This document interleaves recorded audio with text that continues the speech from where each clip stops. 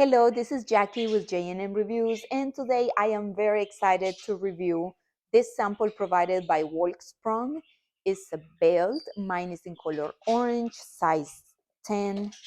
This is how it looks. I like it because it's made of leather.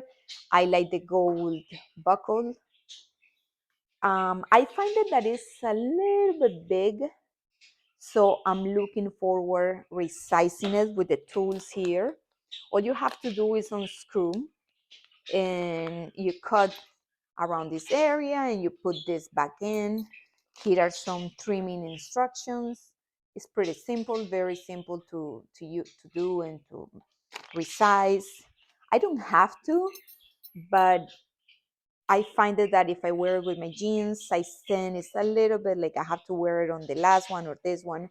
So I'm just going to resize it a little bit. It's made of leather, so it has a very good quality. You can use it with jeans, with pants. I'm also planning to use it with a denim skirt. And I like it. I like the work sprung quality. I hope you enjoy it as much as I do.